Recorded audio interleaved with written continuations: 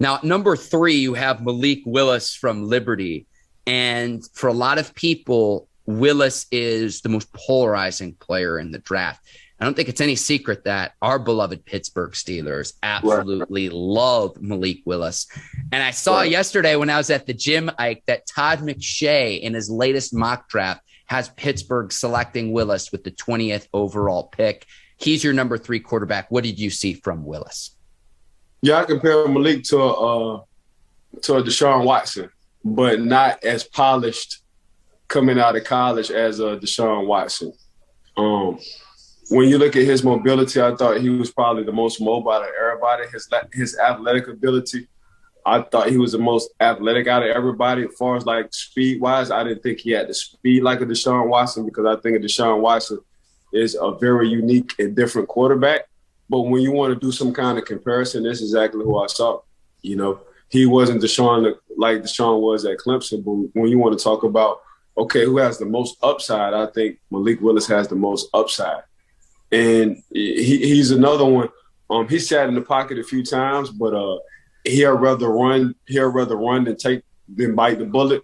So that was the question mark for me, because I know in the NFL sometimes you just gonna have to bite the bullet. His pocket presence for me is okay. I think he's a project. I think he needs to sit a year. I don't think he should come in and start right away. That's just off of what I saw, because the level of competition of him playing at Liberty.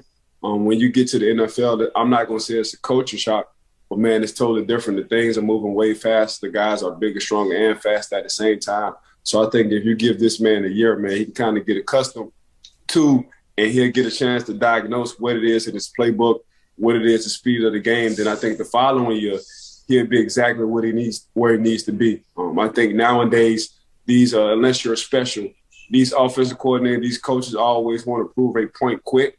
I know a Super Bowl caliber quarterback in Big Ben. He's going to the Hall of Fame. He sat. I know Aaron Rodgers. He sat behind Brett Favre. He won a Super Bowl. I know Patrick Mahomes sat behind Alex Smith. He won a Super Bowl. I know Tom Brady. He sat behind Drew Bledsoe. He won a Super Bowl. So for the most part, I think some of these OCs and these head coaches need to get back into grooming these young quarterbacks than starting them ASAP because they feel like their job on the line. But for me, Malik Willis, of course, Coach Tomlin and Kevin Cole would love this guy to sit down and, Malik, and you watch Malik interview, and he talking about Coach T was eating chicken wings. Like, they ain't no Coach T was known. I thought Coach T was going to order filet mignon. He wound up ordering some spicy, Parmesan chicken wings. But if you just look at Malik, man, when you want to talk about the upside is very high. I just think mechanically wise, he has a lot to work on and improve. I wouldn't come in and use him as a start. I'll wait till next year. But just a good kid overall in general, for the level of play and how he played, then I think he just kind of wowed everybody at the combine in his pro day, But when you sit down and watch that tape, you still see a few things he needs to work on when it comes down to buttoning up and grooming him as a quarterback. But you can just tell, and what you look at is how his teammates respond when he celebrates. So when he did throw touchdowns, when he did run for touchdowns, his teammate rallied around him. And when I see that as a quarterback, I'm like, okay, the team plays for him. He's a team guy.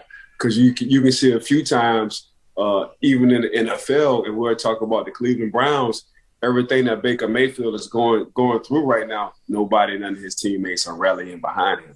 So it says a lot when a guy, has a lot of success, but his teammates feel like that he feels it's not about him, it's about us. And that's what I saw in Malik Willis.